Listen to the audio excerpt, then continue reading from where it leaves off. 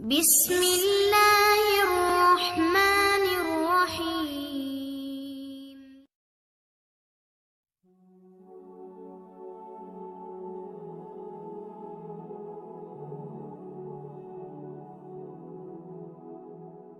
میرے نبی پاک نے فرمایا 3 کام کرو تمہیں فائدہ ہوگا۔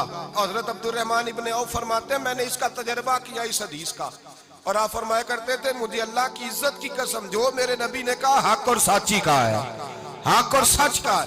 حضور سید عالم صلی اللہ علیہ وسلم نے فرمایا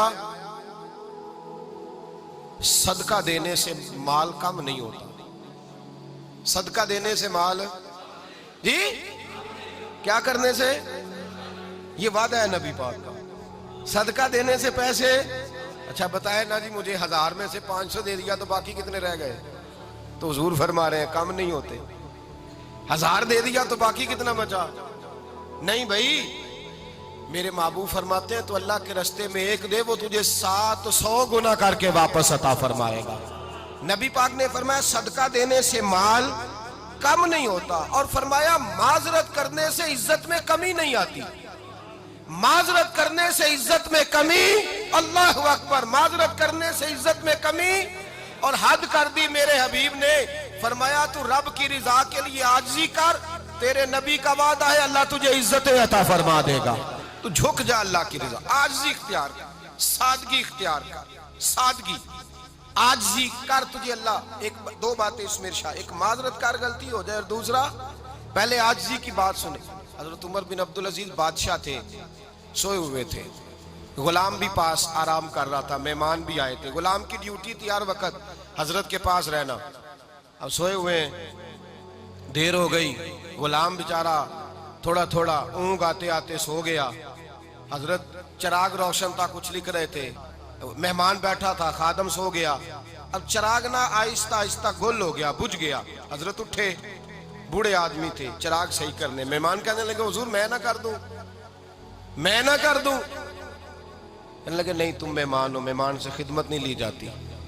تو اس نے کہا غلام کو جگائیے۔ فرمانے لگے ابھی تو بیچارہ سویا ہے، اور نیند سے بیدار کر دوں؟ خود گئے، اس میں تیل دوبارہ ڈالا، بتی ٹھیک کی، جلائی، واپس آ گئے۔ وہ مہمان اب بادشاہ کا مہمان بھی تو کوئی بادشاہ ہی ہوگا نا۔ کہنے لگا حضور آپ اپنے کام خود کرتے ہیں؟ کیا لفظ ہے، کیا حسن ہے، اور 2 جملوں میں کیا تاثیر ہے۔ آپ فرمانے لگے ہاں میں اپنے کام خود کرتا ہوں، جب میں گیا تھا تب بھی عمر بن عبدالعزیز ہی تھا، اور جب چراغ صحیح کر کے واپس آیا ہوں تو پھر بھی عمر بن عبدالعزیز ہی ہوں۔ میرے اندر کوئی تبدیلی آئی؟ میں وہی ہوں جو گیا تھا۔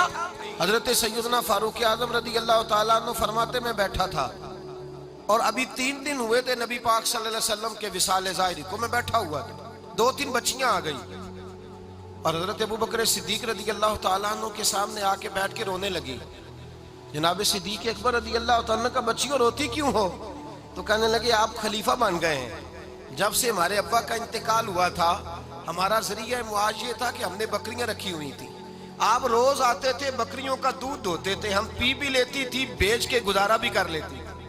اب آپ تو خلیفہ بن گئے، کون آیا کرے گا؟ تو حضرت ابوبکر صدیق فرمانے لگے تمہیں پتہ ہے جو خلیفہ ہوتا ہے وہ تو خادم ہوتا ہے قوم کا، میں آیا کروں گا۔ حضرت ابوبکر صدیق روزانہ اٹھتے عصر کے بعد اور جاتے، خلیفہ ہونے کے باوجود ان بچیوں کی بکریوں کو پکڑتے، دودھ دھوتے، ان کے گھر میں دے کے آتے۔ حضرت فاروق اعظم جب بھی دیکھتے تو کہتے ابوبکر تو پیچھے آنے والوں کے لیے رستہ بڑا مشکل کر رہا ہے، بڑا مشکل کر رہا ہے، جگر راہ وفا میں نقش ایسے چھوڑ آیا ہوں، میں جس منزل سے گزرا ہوں وہ اب تک یاد کرتی ہے۔ حضرت سلمان فارسی رضی اللہ تعالیٰ عنہ صوبے کے گورنر تھے، سادہ سا لباس پہن کر، سادہ سا، بس اسٹاپ پہ کھڑے تھے، جہاں سے لوگ اندر داخل ہوتے تھے، جہاں سواریاں باندھی جاتی تھی، آج ہم اپنے زبان میں اسے بس اسٹاپ کہتے، باہر کھڑے تھے۔